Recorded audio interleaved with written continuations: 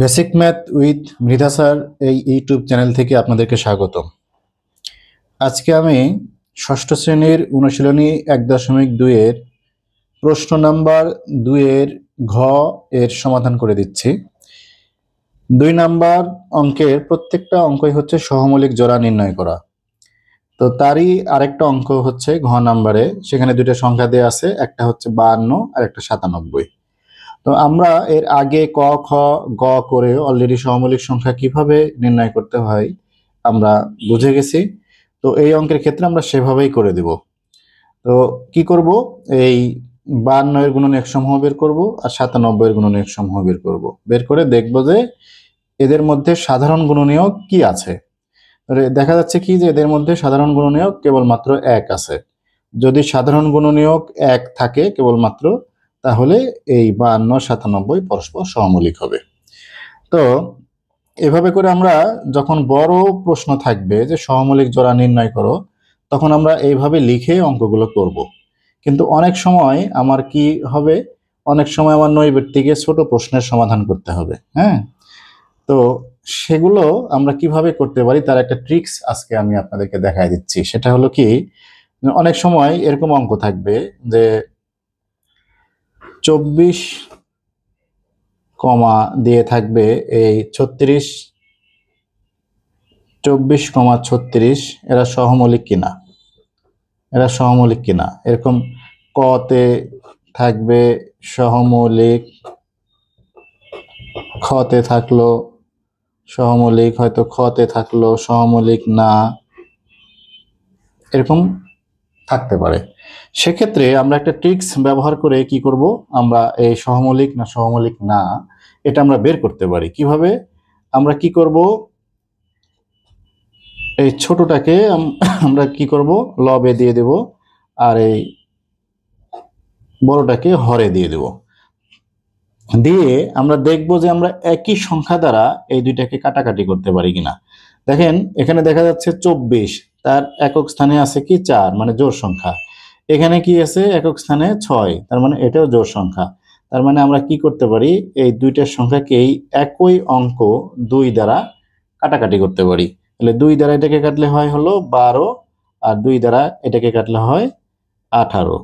অর্থাৎ 2 দ্বারা কি হচ্ছে, এই 2 দ্বারা এই 2 একটা সংখ্যা, এই সংখ্যা দ্বারা এই দুইটাকে কাটাকাটি করা যাচ্ছে। তো কাটাকাটি করা গেলে কি হবে, এই দুইটা সহমৌলিক হবে না।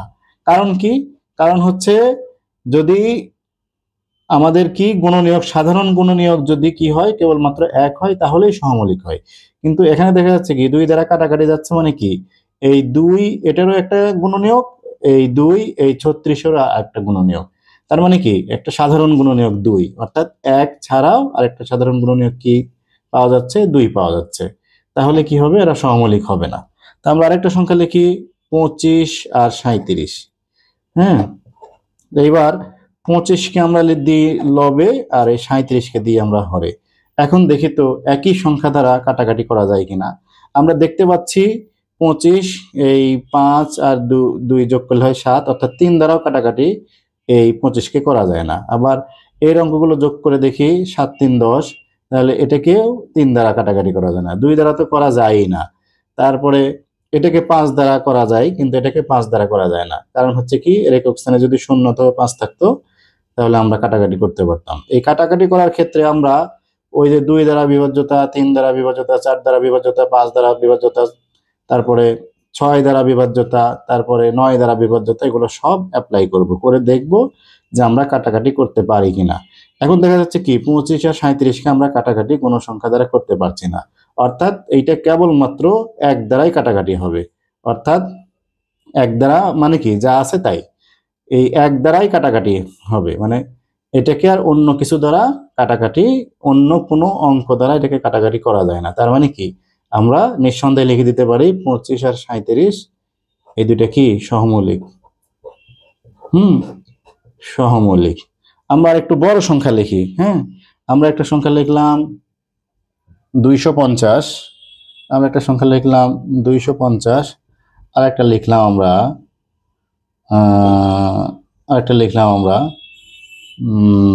আমরা একটা লিখি 500 500 কত লিখবো, 525 লিখি। আচ্ছা, তাহলে দেখা যাচ্ছে কি এই অঙ্কের ক্ষেত্রেও আমরা কি করব, এই 250কে উপরে দিয়ে দিই, এই 525কে নিচে দিয়ে দিই। আমরা দেখি যে এটাকে একই সংখ্যা দ্বারা কাটতে পারি কিনা। দেখা যাচ্ছে এই যে এই 250-এর একক স্থানে 0 আছে, আবার এই 525-এর একক স্থানে কি আছে, 5 আছে। তার মানে এটাও 5 দ্বারা কাটাকাটি যাবে, এটাও 5 দ্বারা, অর্থাৎ একই অঙ্ক 5 দ্বারা কি হয়, এই দুইটা সংখ্যাকেই ভাগ করা যায়। তার মানে এটা কি হবে, সহমৌলিক হবে না। হ্যাঁ, তো আমরা এভাবে করেও আমরা সহমৌলিক সংখ্যা কি করতে পারি, আমরা দুটো সংখ্যা দেখেই বলে দিতে পারি যে এরা সহমৌলিক হবে কি হবে না। হ্যাঁ, এভাবে কিন্তু আমরা 80% অঙ্ক আমরা করে 80% এর উপরে প্রায় 90% অঙ্ক আমরা এভাবে করে ফেলতে পারি।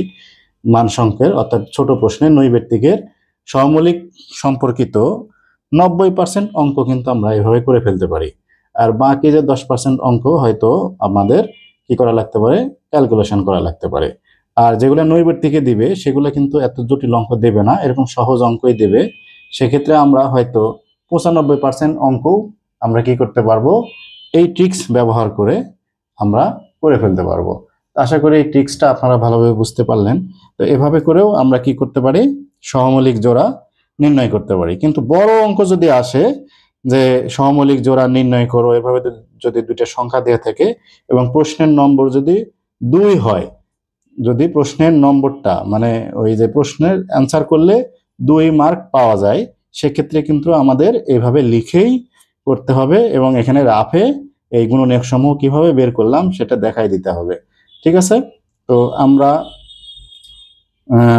এই ট্রিক্স ব্যবহার করেও অঙ্ক করতে পারবো আশা করি। আবার বড় প্রশ্ন থাকলে আমরা কিভাবে গুণনীয়ক বের করে করতে হয় সেভাবে আমরা অঙ্ক করতে পারবো। তো এভাবে করেই আমরা সহমৌলিক জোড়া নির্ণয় করতে পারি। আজকের আলোচনার মাধ্যমে সহমৌলিক সংখ্যার জোড়া নির্ণয় করা সমাপ্ত হলো। তো সবাই ভালো থাকবেন, সুস্থ থাকবেন। আর আমার এই ইউটিউব চ্যানেলটাকে অবশ্যই আপনারা সাবস্ক্রাইব করে দেবেন, কারণ আমি এখানে বেসিক এবং ট্রিক্স দুই ব্যাপারেই আপনাদেরকে অঙ্কে পারদর্শী করার চেষ্টা করব। সবাই ভালো থাকুন, আল্লাহ হাফেজ।